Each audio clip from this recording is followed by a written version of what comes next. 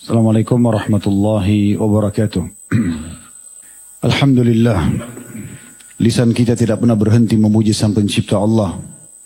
Selalu saja terdengung di lidah kita, di hati kita dan fikiran kita, memuji dan memuja Sang Pencipta Allah atas segala nikmat yang dilimpahkan kepada kita, terutama nikmat Islam dan iman, yang dengannya kita bisa mengenal Tuhan kita Allah, kita bisa mengetahui mana yang dibolehkan dan tidak dibolehkan, yang halal dan haram.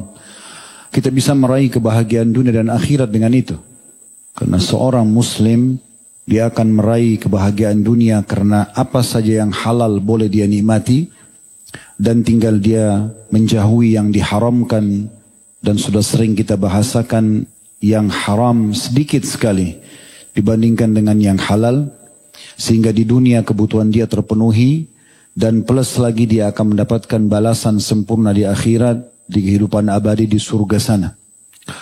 Belum lagi kenikmatan kesehatan, pasangan hidup, keturunan, oksigen, air, api, dan segala macam nikmat yang Allah sudah simpulkan dalam salah satu firman-Nya, wa in ta'uddu ni'matallahi la tuhsuha. Kalau kalian ingin menghitung-hitung nikmat Allah, maka kalian tidak akan pernah mampu. Allah hanya memerintahkan kita untuk mengakuinya dari Sang Pencipta Allah, lalu menikmatinya dan mensyukurinya. Tidak lebih daripada itu. Saya sudah sering kasih contoh, kalau kita lapar, Allah hanya menyuruh kita menghilangkan rasa lapar dengan memilih makanan. Yang penting halal. Lalu kita nikmati, dikunyah, dirasakan nikmatnya, kemudian kita syukuri. Makanan itu masuk ukuran 1/4 jari kita saja ke tenggorokan, sudah bukan urusan kita lagi. Allah lah yang akan membagi mana yang protein dan mana yang nutrisi secara umum, vitamin-vitamin yang terpilah sesuai dengan kebutuhan di badan kita, dan mana yang tidak dibutuhkan sehingga harus dibuang. Oleh karena itu nikmat ini disyukuri. Selalu lisan kita mengatakan alhamdulillah. Dan Nabi Muhammad SAW dalam keadaan beliau sedang melimpah nikmat, tidak pernah berhenti mengucapkan alhamdulillahilladzi bi ni'matihi tatimmus shalihat. Segala puji dan puja bagi Allah yang semua kebaikan-kebaikan tersempurnakan dengan izinnya. Dan kalau ujian pun sedang datang, beliau tidak berkeluh kesah, tapi beliau mengatakan alhamdulillah ala kulli hal. Segala puji bagi Allah dalam setiap keadaan. Karena beliau selalu berprasangka baik dengan Tuhannya Allah subhanahu wa ta'ala. Kalau ada ujian pun datangnya dengan hikmah Allah subhanahu wa ta'ala, bentuk kasih sayang Allah subhanahu wa ta'ala. Sebagaimana beliau bersabda sallallahu alaihi wasallam, idza ahabballahu 'abdan ibtalah. Kalau Allah cinta seorang hamba, pasti Allah akan mengujinya, karena ujian itu adalah peningkatan level seorang hamba. Selanjutnya kita panjatkan salam hormat kita selalu juga setelah memuji Allah kepada utusan Allah Nabi besar Muhammad sallallahu alaihi wa ala alihi wa sahbihi wasallam, sebagaimana Allah perintahkan kepada kita, dengan harapan agar dibalas sempurna oleh Allah. Karena satu kali salam ini dibalas dengan 10 rahmat, dan rahmat Allah meliputi kebutuhan, pemenuhan kebutuhan, solusi dari permasalahan, pembersihan dosa dan peninggian derajat. Oleh karena itu kita mengejar target ini, dan juga sebagai balas jasa atas 23 tahun dari hidup beliau yang dihabiskan untuk agama ini, sehingga kita semua punya panduan hidup. Sebelum kita masuk ke dosa besar pada malam ini, bahasan kita seperti biasa, semoga Allah jauhkan kita dari semuanya. Dosa besar ke-174 dengan judul Bab Al-Mutasyabbi' bima lam yu'ta, atau bab orang yang merasa puas dengan apa-apa yang dia tidak miliki, atau dia berbangga dengan apa yang tidak dia miliki. Sebelumnya, karena perjalanan kami kemarin cukup panjang, sebulan kurang lebih, jadi ada 4 pertemuan kita sempat libur, biasanya hanya 2 pekan saja. Saya ingin berbagi oleh-oleh dari perjalanan ini sebenarnya, karena dari setiap kehidupan kita ini ada ilmu yang Allah berikan, walaupun bukan di majelis ilmu seperti ini, tapi melalui pengalaman. Dan pengalaman itu termasuk juga ilmu yang sangat luar biasa, bahkan dia praktek lapangan. Dari ibadah haji yang cukup lama kemarin, sekitar 22 hari perjalanan kami, Allah memperlihatkan di depan mata saya bagaimana bertemunya di lokasi di mana Allah mengarahkan sekian juta orang untuk mengenakan baju yang sama, mengikuti praktek tata cara ibadah yang sama. Kalau ada yang melanggar kena hukuman yang sama. Menandakan kita memang diingatkan kalau ada Tuhan sang pencipta Allah yang mengatur segala sesuatunya. Dan di situ terjadi persaingan yang luar biasa di setiap jiwa orang mukmin dan mukminah, muslim dan muslimah untuk bersaing mengejar yang terbaik dari apa yang Allah janjikan. Semua ingin pulang membawa oleh-oleh pengampunan dosa seperti baru dilahirkan oleh ibunya. Semua ingin pulang mendapatkan tiket VIP masuk ke dalam surga tanpa hisab. Karena itu janji bagi orang-orang yang sedang haji. Tapi sayangnya, berapa banyak orang yang berhasil dan berapa banyak orang yang gugur. Karena memang Nabi SAW mengingatkan, di antara penyebab haji mabrur adalah memberi makan orang-orang. Justru royal bersedekah di saat sedang haji dan tibul kalam. Mengontrol lisan. Dan ternyata cukup banyak jemaah haji yang tidak lolos di poin ini. Mereka tidak bisa mengontrol lisannya, mencaci maki, menyalahkan orang, tetap ghibah, tetap fitnah. Sehingga yang diharapkan tadi dari bonus itu tidak bisa dibawa pulang. Tapi di sana Allah perlihatkan kita bagaimana berkumpulnya orang alim, orang bodoh, orang kaya, orang miskin pun ada yang pergi haji sesuai dengan kemampuan atau dihajikan, dimudahkan haji untuk oleh orang lain.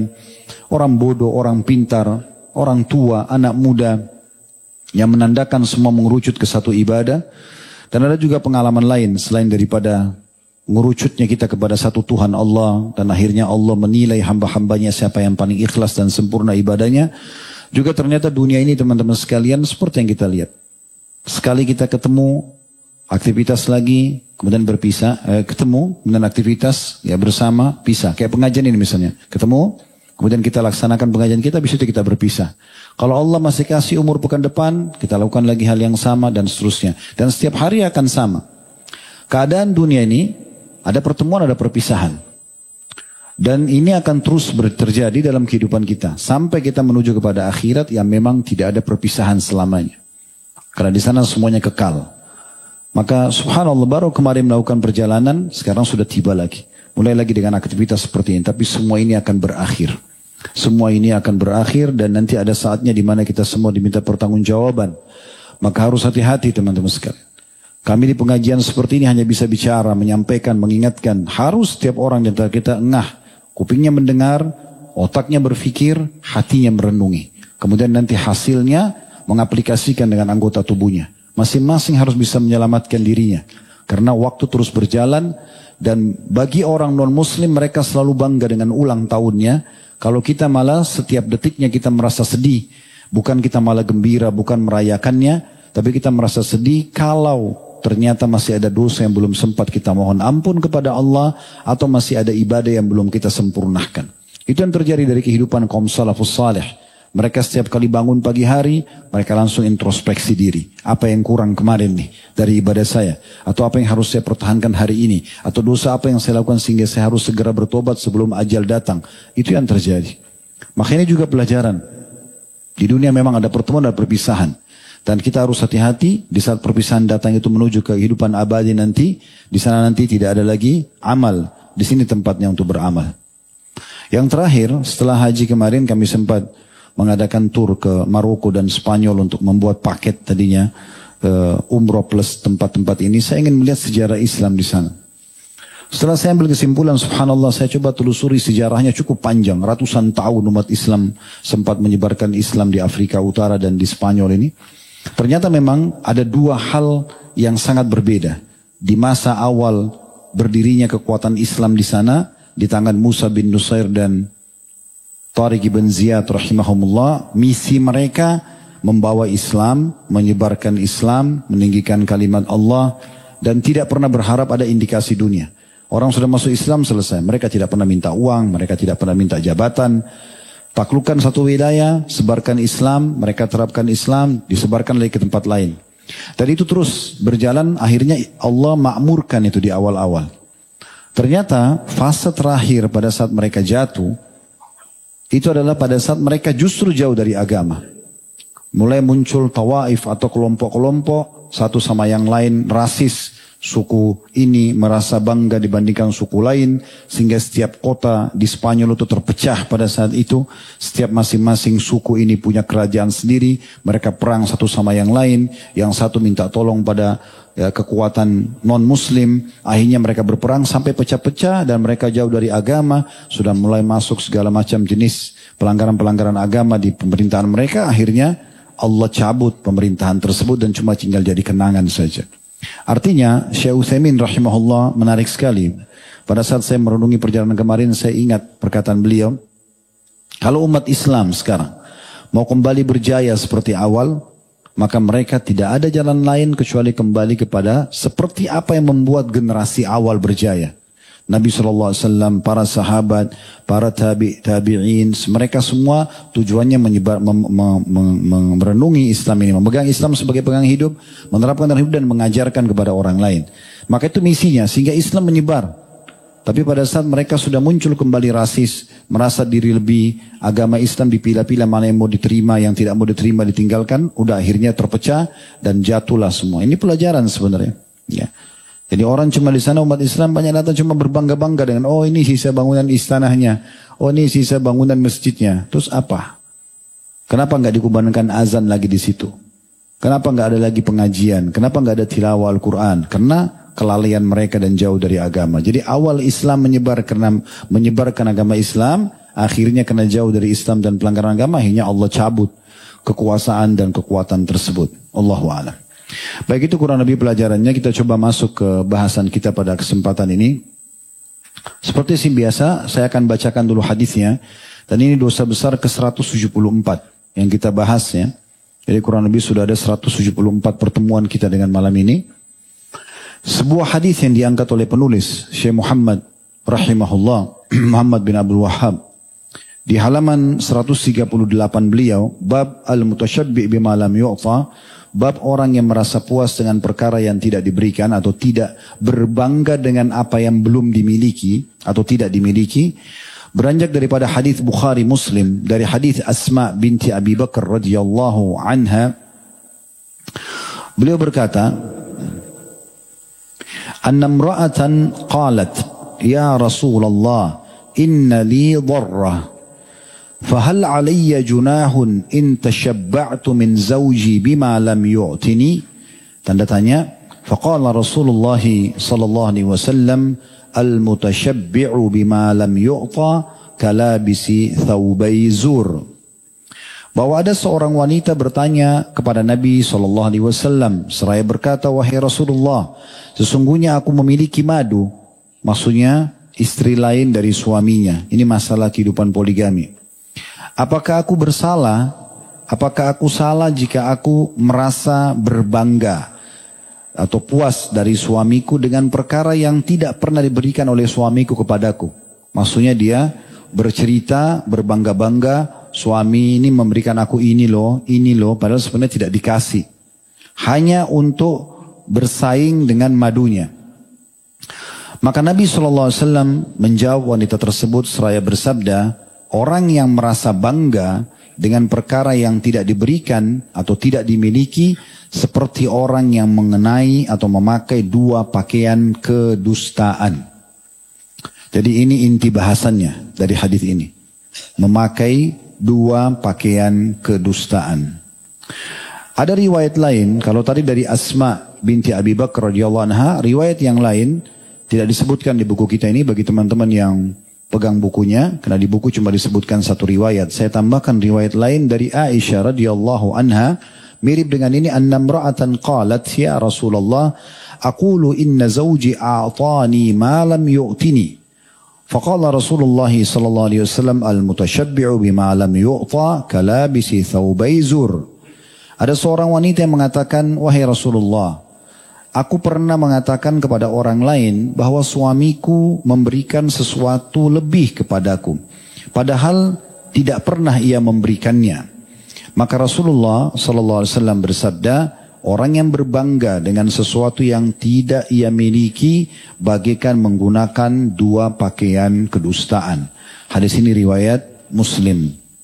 Kalau tadi yang pertama itu yang diangkat oleh penulis hadis Bukhari dan Muslim. Syekh bin Baz rahimahullah, salah satu mufti Saudi, menanggapi hadis ini sambil mengatakan, wa hadza fihi idjarul darrah.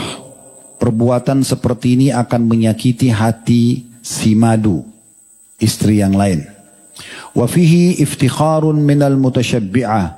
Hasala bihi idjar wal iftikhar. Perbuatan ini termasuk berbangga yang akan menimbulkan sakit hati dan juga sombong. Fal mutasyabbi'a muftakhira wal ukhra muddajira.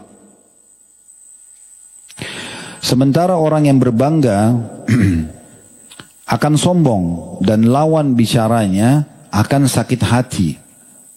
Lianna hadha idza wa kadhib fala yajuzu laha. Sementara ini adalah perbuatan menyakiti orang lain dan juga berdusta. Fala yajuzu laha, maka tidak boleh dilakukan perbuatan tersebut. An taftakhira bi syai'in, dia berbangga dengan sesuatu lam yaqa' li zawjiha, yang belum dia dapatkan dari suaminya. Asal daripada istilah dalam hadis ini al-mutasyabbi', ya, atau orang yang kenyang, merasa kenyang, asal bahasanya dijelaskan oleh Syekh Utsaimin rahimahullah, al-mutasyabbi' huwa alladhi yudhiru asy-syaba' wa laysa bisyaba'an. Yang dimaksud dengan orang yang merasa kenyang padahal tidak kenyang di sini, makna hadis adalah wa ma'naha huma annahu yudhhir annahu hasala lahu fadila wa laysat hasilah. Dia menunjukkan, menampakkan bahwasanya dia mendapatkan satu kelebihan padahal sebenarnya tidak mendapatkannya. Wala bisi thawbai zur, dan orang seperti ini bisa dihitung menggunakan baju lembaran kedustaan. Dan makna wala bisi thawbai zur dimaknakan dalam hadis menggunakan 2 lembar baju kedustaan, maksudnya zu zur wa huwa alladhi yazuru 'alan nas, yaitu dia memakai atribut kedustaan dengan membohongi orang-orang. Bi anna yatajazzi bi jazzi ahli zuhud, seperti dia berpenampilan orang zuhud padahal sebenarnya bukan orang zuhud. Awil ilm, atau seperti dia seorang alim tapi bukan pemilik ilmu. Awis tharwah liyaktarra bihin nas, atau dia menunjukkan kalau dia orang kaya padahal sebenarnya bukan. Walaysa huwa bitilkas sifah, padahal sebenarnya dia bukan sama sekali dari golongan-golongan tersebut. Dari apa yang kita dengarkan tadi penjelasan sebagian ulama dari makna hadis, ya, adalah kita bisa ambil pelajaran dari hadis ini. Saya menyimpulkan kurang lebih ada 6 buah pelajaran. Dan dari sini insya Allah kita rincikan hadisnya. Yang pertama, adanya larangan untuk sombong. Dan subhanallah, kita pernah bahas sombong itu satu bab sendiri dalam dosa-dosa besar. Sementara di sini sudah mendapatkan dosa sombong. Karena tujuan tadi, si perempuan yang memiliki madu ini, dia menceritakan pada madunya kalau suami mereka memberikan kepada dia khusus tanpa memberikan kepada madunya, ini untuk bersombong-sombong. Dan kita tahu dosa pertama di mana Allah Azza wa Jalla dimaksiati adalah kesombongan oleh iblis. Waktu disuruh sujud tidak mau sujud, itu karena kesombongan. Bukan karena dia tidak mau patuh sama Allah, dia merasa dia lebih baik daripada Adam. Maka di situ Allah laknat dia, murka padanya, dan akhirnya selamanya ya tidak akan pernah masuk surga. Ya, tidak akan pernah dia bisa taubat lagi kepada Allah Subhanahu wa taala. Ada larangan sombong di sini. Dan kita tahu hadis Nabi SAW, tidak akan mencium bau surga orang yang ada dalam hatinya seperti biji sawi dari kesombongan. Makin Allah berikan kelebihan fisik, paras wajah, ilmu, apa saja, harta, kedudukan, level pendidikan, apa saja, maka itu harusnya makin menambah tawaduknya seorang muslim, makin merendah, ya, makin berbagi dengan orang lain. Memang subhanallah, seorang ahli bijak mengucapkan kata-kata, siapa yang luas ilmunya, maka akan sedikit pemungkirinnya. Maksudnya pemungkiran dia, karena dia sudah tahu dengan ilmunya yang luas, mungkin orang lain juga punya dalil, orang lain juga punya hujjah, argumentasi, kenapa dia melakukannya. Kecuali jelas-jelas itu kemungkaran, baru kemudian kita luruskan. Tapi ini diantara pelajaran. Masih di poin pertama dari 6 pelajaran ini, poin pertama adanya larangan sombong. Adanya larangan berbangga-bangga. Ini juga pernah kita jelaskan, satu bab sendiri berbangga-bangga, ya, sehingga akhirnya merendahkan orang lain, itu juga dosa besar sendiri. Ini tergabung dalam poin ini. Karena dia bangga-bangga, nih suami saya kasih, padahal sebenarnya tidak misalnya. Nih saya memang berilmu, padahal sebenarnya kosong, gak punya ilmu. Tunjukkan orang kaya, padahal sebenarnya miskin. Ya. Saya pernah temuin beberapa orang ikhwah, karena dia mau melamar seorang akhwat, pinjam mobilnya orang lain. Supaya kelihatan kaya. Padahal miskin. Kenapa nggak datang naik motornya saja? Kenapa nggak datang jalan kaki apa adanya? Allah punya cara membuat orang lain menerima. Tapi itu contoh saja. Gitu kan? Ada orang yang memperlihatkan gayanya seperti orang kaya. Padahal sebenarnya tidak. Kenapa? Kalau kaya dalam Islam dibolehkan. Asal tidak sombong. Gitu kan? Jadi tampil apa adanya. Seorang muslim pernah saya sampaikan, kalau ikhwah masih ingat, karena akhwat rahimahumullah, kita harus apa yang nampak di wajah kita itu dalam hati kita. Apa yang dalam hati kita nampak di wajah kita. Kita tidak pernah bermuka dua. Suka ya suka, tidak suka, clear, selesai. Orang muslim begitu. Bahkan tidak boleh berbohong walaupun pada hal-hal yang kita anggap baik. Misal, kita lagi lapar, ditanya, lapar nggak? Enggak, karena malu. Nggak bisa. Iya, saya lapar. Selesai. Orang muslim harus begitu. Kalau pada hal yang seperti itu aja nggak boleh bohong, apalagi hal yang lain, gitu kan? Karena setiap kali kita jujur di saat itu selesai permasalahannya, walaupun pahit. Makanya kata Nabi SAW, as-sidqu tuma'nina. Jujur itu ketenangan jiwa. Wal kadhibu riba. Berdusta itu akan kerancuhan dalam kehidupan. Karena dia kalau ditanya bohong lagi nanti. Begitu terus terulang-ulang. Sudah selesaikan pada saat itu clear. Berbangga-bangga ini teman-teman tidak boleh baik pada yang sudah dimiliki. Apapun kita miliki. Karena semua ini kepemilikan di dunia sementara. Tidak ada yang abadi. Sekarang teman-teman sini punya STNK mobil atas nama kita. Misalnya sertifikat tanah atau rumah atas nama kita. Itu sementara. Kapan kita meninggal? Jadi warisan. Pakaian, jabatan, apa saja. Di dunia ini semua sementara. Gak ada yang abadi. Terus apa yang mau dibanggakan? Justru kita tunggangi itu untuk mendapatkan yang terbaik di akhirat sana. Kesempatan, mumpung ada harta sedekain. Mumpung ada jabatan, gunakan untuk kebaikan. Mungkin ada ilmu, ajarkan. Itu poinnya. Jadi nggak boleh. Dengan yang sudah dimiliki aja nggak boleh. Apalagi yang belum dimiliki. Nah ini yang sedang disinggung di sini. Tidak punya, tapi tunjukin kalau punya. Begitu juga tidak boleh berbohong. Larangan berbohong. Ini masih di poin pertama ya. Larangan sombong. Bangga-bangga baik yang sudah dimiliki atau belum dimiliki. Kemudian berbohong. Bohong juga sudah kita tahu bab sendiri dalam dosa-dosa besar. Ada dalam perbuatan ini. Kemudian selanjutnya menipu orang lain. Ya, karena menipu seakan-akan dia punya tapi tidak punya. Ya, ini juga bab sendiri dalam dosa-dosa besar. Pernah kita jelaskan masalah menipu. Apapun sifatnya. Menipu dengan secara tulisan, dengan lisan, gerakan tubuh, bahasa tubuh. Semua masuk dalam hal yang tidak dibolehkan. Kemudian menyakiti orang lain. Ini juga bab sendiri nih. Menyakiti orang lain. Apapun yang sifatnya bisa membuat orang lain khawatir, sakit hati, terganggu, ya, ini nggak boleh. Kalau masih ingat kita pelajari bab sebelum ini ya, yang larangan Nabi SAW tidak boleh atau tidak halal seorang muslim menakut-nakuti saudaranya muslim yang lain.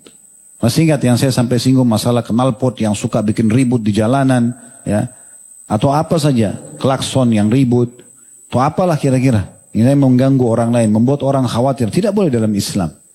Kita harus membuat jiwa kita selalu tenang dan tentram. Begitu juga orang lain kita buat seperti itu. Yang begitu orang muslim.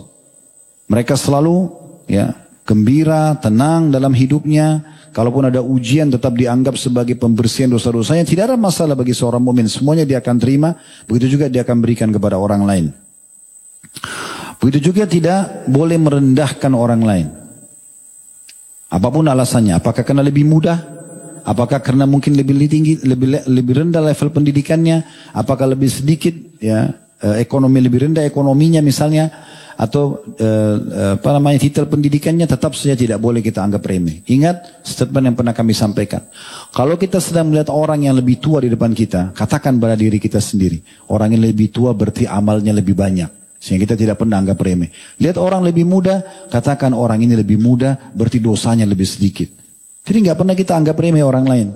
Kalau masih ingat juga pernah saya ceritakan bagaimana para ulama di Irak, terutama di kota Basra, di kotanya Hasan Basri rahimahullah, mereka sering ketemu sepekan sekali. Para ulama saja, mereka kumpul, mereka mendiskusikan tentang problematika yang mereka dapatkan di tengah-tengah masyarakat atau tengah umat yang belum terpecahkan. Kadang-kadang mereka bahas hal-hal yang mungkin dianggap remeh oleh sebagian orang awam. Seperti misalnya membahas tentang definisi. Satu waktu pernah ulama-ulama di kota Basra kumpul semuanya, sekian puluh orang membahas tentang apa itu tawadhu. Apa itu sebenarnya makna tawadhu, merendah, yang kata Nabi SAW, siapa yang man tawadhu lillah rafa'ahu Allah. Siapa yang bertawadhu karena Allah, Allah pasti tinggikan derajatnya. Apa itu tawadhu? Para ulama coba mengkorek, bahas itu. Banyak yang kasih definisi. Ada yang bilang, ya, tawadhu itu berarti kita merendah. Ada yang mengatakan kita tidak berbangga-bangga dengan ilmu dan segala macam definisi. Hasan Basri diam sendirian dan beliau dapat julukan alimnya ulama, gurunya para ulama gitu. Setelah semua memberikan definisi, mereka kembali kepada beliau lalu berkata, Anda belum kami dengarkan pandangan tentang definisi tawadhu. Beliau mengatakan kalian sudah banyak menjelaskan tawadhu itu. Tapi kalau mau dengar dari saya, sederhananya beliau gabungkan antara definisi teoritis dengan apa yang harus dipraktikkan di lapangan. Beliau mengatakan tawadhu itu, jangan engkau lihat seorang muslim di hadapan matamu kecuali kau sudah tanamkan dalam dirimu, kau dia lebih baik daripada saya. Itu tawadhu, sederhana. Setiap lihat orang. Jadi tidak ada celah untuk syaitan mengatakan, oh orang ini badannya lebih gendut dari saya, orang ini lebih pendek, orang ini lebih ini dan itu. Nggak ada, selalu kita mengatakan dia lebih baik daripada saya. Maka selesai. Dengan itu Allah tinggikan derajat kita. Ini pelajaran yang pertama. Pelajaran yang kedua dari hadis, tentu di sini cukup banyak ya larangan-larangan yang tadi kita simpulkan di pelajaran pertama ini. Tidak boleh sombong, bangga-bangga, baik yang sudah dimiliki atau belum dimiliki. Tidak boleh berbohong, nggak boleh menipu orang lain, menyakiti orang lain, merendah orang lain. Ini semua dalam satu poin. Itu disebutkan oleh Al-Maula Ali Al-Qari rahimahullah. Dari hadis ini beliau mengatakan wal azhar anna fi tahdhir lahunna anil kadhib. Dan yang nampak dari hadis adanya larangan jelas ya kepada para wanita di sini, karena sedang dibahas masalah orang menjadi istri di sini, untuk berdusta. Fa innahu yurithu fi hadzal maqami jam'an baina khasaratay ad-dini wad dunya. Karena di posisi ini si wanita tadi akan kehilangan dua hal sekaligus. Tentang kebahagiaan dunianya, tentang urusan agamanya dan juga dunianya. Dia akan mendapatkan kerugian dua-duanya. Karena mereka berdusta. Dan kemudian dijelaskan juga oleh Syekh Abdul Muhsin Abbad rahimahullah, al-mutasyabbih bima lam yu'ta kalabithi thawbai zur, orang yang berbangga-bangga dengan apa yang tidak dimiliki seperti menggunakan dua baju kedustaan, yakni anna kalama wa fi'lahu zur. Maksudnya dua lembar baju itu adalah ibarat bahasa kiasan. Yang dimaksud adalah karena perkataannya dan perbuatannya dua-duanya dusta. Dan ini semuanya haram. Fahuwa kal muttasifu biwasfaini dhamimain. Maka dia seperti sedang mendapatkan dua ciri khas ya, yang dua-duanya tercelah. Wahuwa annahu labisi thawbai zur wa laysa thawban wahida. Dan dia seolah-olah memakai dua baju kedustaan dan tidak hanya baju saja. Wahadihi ziyadatu fil ithim, dan ini tambahan dosa, wa ziyadatu fil dharar, dan juga tambahan pada bahaya. Ya, itu di pelajaran kita yang pertama. Pelajaran yang kedua teman-teman sekalian, dari hadis ini pentingnya untuk memahami hukum-hukum agama, terutama dalam bahasan kita ini masalah poligami. Ya, karena ini bahasan masalah poligami kita bahas ya.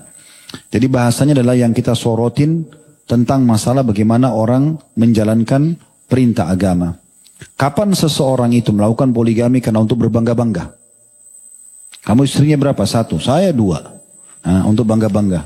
Gitu. Saya 3, saya 4. Ini pastikan tidak akan bertahan rumah tangga itu. Lepas semua rumah tangganya itu. Karena seperti orang yang bangun pagi hari, masuk ke kantor atau temui teman-temannya lalu mengatakan, kamu semalam sholat berapa rakaat? Sholat malamnya 2, saya 4. Nah seperti itu. Jadi dia berbangga-bangga. Poligami kan ibadah. Untuk apa dijadikan bangga-banggaan? Cara membedakan dia riya atau tidak riya pernah saya jelaskan itu ya. Antara dia ditanya atau tidak ditanya. Kalau antum ditanya, akhi, ukhti mau kemana? Mau ke Blok M ikut taklim. Gak riya, karena kan ditanya. Kalau gak ditanya, saya mau ke Blok M taklim, nih status saya. Nah, itu sensitif sekali bisa riya. Bahkan bisa tidak diterima, gitu kan? Nah, kalau ditanya beda. Kalau tidak ditanya untuk apa? Kita jelasin kepada orang lain. Jadi harus difahami, itu pertama. Karena hukum Allah SWT. Yang kedua, ini levelnya seperti orang yang lagi kuliah. Kalau antum masuk SD, jangan masuk ke kurikulum kuliah, nggak faham-faham nanti. Modalnya cuma modal nekat. Nah, kan Ustadz nggak apa-apa, nggak izin istri. Nikah aja langsung. Sembunyi-sembunyi nggak apa-apa, gitu kan. Nggak apa-apa memang, tapi siap untuk konflik. Ya. Kalau siap konflik nggak apa-apa. Konflik, ribut, nanti pilih salah satunya. Mau tinggalkan yang pertama, sudah lama ngabdi. Mau tinggalkan yang baru, sayang juga. Ya. Tapi harus pilih. Karena langkahnya awal sudah salah. Akhirnya lepas salah satunya atau bertahan dalam kondisi terhina. Kupingnya harus tebal. Terima kata-kata, kamu begini, kamu begitu. Tadinya dia mulia sebagai laki-laki. Itu yang terjadi. Jadi harus punya ilmunya. Kalau mau belajar sampai nanti ke level itu. Baca bab-babnya, bab fikih tentang masalah bab nikah. Mulai dari tujuan pernikahan, hak dan kewajiban. Berikan sempurna. Sebenarnya saya melihat poligami itu seperti bonus. Kalau orang sudah sempurna dalam rumah tangganya yang satu, nanti Allah kasih lagi itu. Itu pun Allah lihat kebutuhan hamba ini benar gak sih? Allah akan kasih dengan sendirinya gitu. Itu poinnya. Jadi harus paham. Nah, kalau orang tidak paham jadi seperti ini nanti. Bisa laki-lakinya zalim kepada istrinya. Kata Nabi SAW, siapa yang mempunyai 2 orang istri tapi dia cenderung pada salah satunya. Maksudnya dia tidak memberikan hak-hak yang lainnya. Hak itu kan ada mabit dan ada nafkah. Itu yang paling mendasar ya. Menginap ini bisa semalam-semalam atau memang negosiasi. Misalnya yang ini 3 malam, ini 2 malam, ini bisa negosiasi. Tergantung kesepakatannya. Kalau nafkah wajib sama. Standarisasinya istri pertama sekian juta, istri kedua sekian juta. Ada anak, nafkah anak sendiri. Clear, selesai. Kalau istri pertama dikasih 2 juta, istri kedua 2 juta. Punya anak 500 ribu, ini 500 ribu. Ini contoh angka saja. Ada orang yang mungkin kasih istri pertama 100 juta, istri kedua 100 juta. Anaknya kalau lahir 5 juta, 5 juta. Misalnya contoh, itu bisa saja. Tapi yang jelas istri harus sama. Kemudian anak juga sama. Perbedaan nafkahnya nanti tergantung dari jumlah anaknya. Kalau yang lain semuanya harus adil. Kapan tidak diberikan sama, hanya karena lebih suka dengan si fulana misalnya, ini jadi dosa bagi dia. Jadi nggak bisa main-main, harus tahu hukumnya, gitu kan? Keadilan kalau tidak ada tuntutan hari kiamat. Kemudian dari sisi istri juga sama. Masuk dalam kehidupan seorang laki-laki yang punya istri berpoligami beda dengan masuk kehidupan laki-laki yang belum punya istri. Berarti ada pembagian malam, ya kan gitu. Ada, tadi disebutkan sini ada madunya dia, teman partner dalam rumah tangga dengan suami. Ini harus difahami hukum-hukumnya. Di antara yang disinggung dalam hadis ini adalah tidak bolehnya sengaja ingin menyakiti perasaan pasangan suami yang lainnya. Yang tidak boleh. Kita tadi kan sengaja berbangga-bangga, menceritakan, saya kemarin baru dibeliin emas loh, padahal sebenarnya tidak. Saya baru dibeliin baju loh, padahal sebenarnya tidak. Hanya untuk menunjukkan pada madunya kalau dia dilebihkan, padahal sebenarnya tidak. Ini bohong. Dan ini berkumpul padanya sekian banyak dosa besar tadi. Kesombongan, berbangga-bangga, berbohong, nipu orang lain, nyakiti perasaan orang lain, dan sekian banyak permasalahan. Jadi ini punya hukum sendiri, harus dipelajari. Tentu kalau mau bahas poligami ini daurah sendiri 1 minggu. Ya. Tapi ini garis besarnya. Apalagi sini Masya Allah mukanya masih banyak bujang, belum layak. untuk dibahas. Yang ketiga, ini juga pelajaran dari sini. Tidak boleh cemburu buta. Ini pelajaran. Cemburu itu satu potensi dalam diri kita. Allah memang menyuruh kita cemburu. Tapi pada hal yang dibolehkan dalam syariat. Ada pengawasnya, ada batasannya. Cemburu itu hanya kalau terjadi pelanggaran agama saja. Kapan pasangan kita melakukan pelanggaran agama, dia melakukan perbuatan dosa, kita cemburu karena Allah melarangnya. Bukan cemburu buta ya. Jadi kalau antum ambilan dari sinetron, dari film ini cemburu buta. Semua dicemburui. Gitu kan. Enggak, kita nggak boleh. Salah kalau orang cemburu sama mertua. Pernah lihat orang cemburu sama mertua? Oh kalau ibu kamu lebihin. Loh ibunya gimana caranya? Kan gitu. Pilih saya atau pilih ibumu? Ya pilih ibunya ya. Kan gitu. Salah itu kalau laki-laki pilih istrinya. Kan tidak boleh. Ibunya dahulu gitu kan. Istri ada namanya mantan istri. Ibu tidak ada mantan ibu. Gimana caranya? Resiko. Ustadz kalau akhwat bilang saya nikah tapi memang mertua saya cerewet Ustadz. Ya itu resiko. Hadapi bagaimana cara menghadapi mertua yang cerewet itu. Karena kita sudah jadi istrinya si fulan. Makanya dari awal ditanya tentang keluarganya kan gitu. Ini harus difahami baik-baik ini. Tidak boleh orang cemburu pada ipar. Gimana caranya? Bagaimana caranya menghapus status saudara istri atau saudara suami? Coba bagaimana caranya? Itu kalau kakak perempuan kamu perhatian. Tuh itu kakaknya gimana cara? Nggak mungkin. Adik kakak gimana caranya dihapus? Jadi nggak ada cemburu pada ipar ini. Nggak ada cemburu pada mertua. Ada orang lebih parah, cemburu pada anaknya sendiri. Oh kalau anak-anak ada waktu, kalau saya tidak ada. Loh ini anak siapa? Anak dia kok dicemburu gimana caranya? Kan nggak mungkin. Harus mengalah. Di saat kita masih pertama nikah, masih berdua, sudah ada anak, memang harus ada waktu buat anak. Gimana caranya? Nggak mungkin gitu. Dia butuh ayahnya, dia butuh ibunya. Harus ada pengertian. Ini cemburu-cemburu yang salah. Ya. Ada orang karena tidak bisa ngontrol cemburunya, apalagi cuma mengambil dalil secara zahir. Oh cemburu itu dibolehkan dalam Islam. Cemburu aja. Ini berbahaya sekali. Nanti lama-lama tembok di mall pun dicemburui. Karena pasangannya berdiri di situ. Kenapa kau berdiri di sana? Punya kenangan ya? Nah. Itu karena buta. Nggak boleh. Nggak ada urusannya. Kenapa kamu ajak saya makan restoran sini? Pasti kau punya kenangan ya. Ini cemburu buta namanya. Orang kalau diajak makan, oh iya enak ya. Oke, ayo kita makan sama-sama. Kalau ada misalnya menyampaikan, oh dulu waktu dia masih gadis atau masih bujang pernah makan di situ. Oh, Masya Allah berarti sudah punya pengalaman. Nggak apa-apa. Positif aja kita makan. Nggak usah suudzon kemana-mana. Ya. Jadi harus dikontrol. Kalau kita cemburu pada pelanggaran agama. Ingat hadis tentang Sa'ad radhiyallahu anhu, di saat ada sahabat yang menemukan istrinya selingkuh kan. Kemudian dia pun waktu sahabat itu melapor kepada Nabi SAW, Sa'ad langsung marah. Lalu mengatakan, ya Rasulullah, kalau terjadi pada istri saya hukum mati.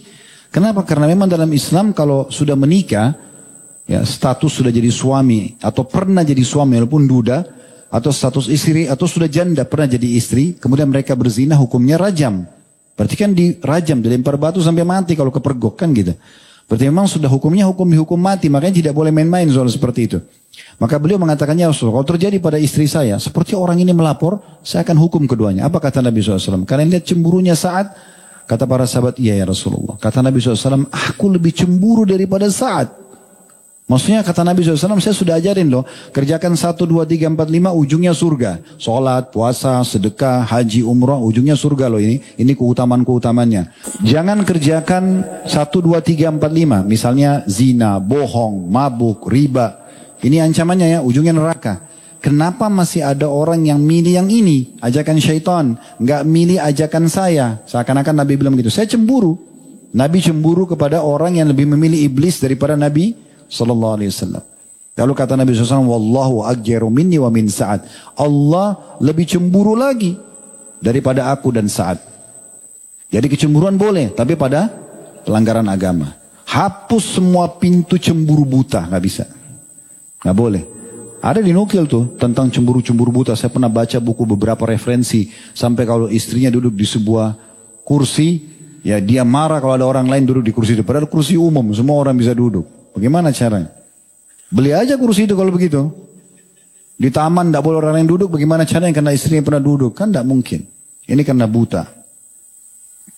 Pelajaran yang keempat. Pentingnya setiap muslim menerapkan Islam sebagai aturan hidup. Dalam segala lini kehidupannya, termasuk dalam masalah rumah tangga. Yang kelima, pentingnya setiap muslim memahami bahwasanya dunia ini sebentar. Dan hanya tempat lewat dan bukan tujuan utama. Selama orang targetnya akhirat, maka semua dunia jadi kecil buat dia. Tapi kalau targetnya dunia, jadi besar dunia itu pada dia. Sehingga semuanya harus, walaupun harus berbohong, walaupun harus menipu, walaupun harus bersombong, yang penting dapat urusan dunianya. Ini keliru ini. Kalau kita tidak bisa begitu. Syekh Utsaimin rahimahullah punya satu bahasa unik dalam masalah dunia ini. Beliau mengatakan harusnya setiap muslim menjadikan dunia ini seperti toilet dia. Maaf, bahasa ini. Dia masuk sampaikan hajatnya, keluar lagi. Dan kita terlalu banyak menemukan hadis-hadis Nabi SAW yang memang menghinakan dunia ini bagi orang yang mengejar dunianya. Karena orang kalau fokus dunia, akhiratnya ruput. Tapi kalau kita kejar akhirat, dunianya pasti akan ikut. Jadi kita harus dahulukan itu. Sehingga tidak ada persaingan-persaingan negatif seperti tadi terjadi. Gak usah sombong, berbangga dengan tidak dimiliki, pura-pura jadi alim padahal bukan alim, pura-pura zuhud padahal bukan orang zuhud, pura-pura kaya padahal orang miskin dan seterusnya. Yang terakhir adalah menyadari semua akan ada pertanggungjawabannya pada hari kiamat. Oleh karena itu selalu saja ada peringatan dalam agama. Jangan kerjakan ini karena nanti akan ada pertanggungjawabannya loh. Kerjakanlah ini karena kamu akan dapat balasannya. Nah, ini semua pelajaran-pelajaran yang bisa kita ambil dari hadis tadi.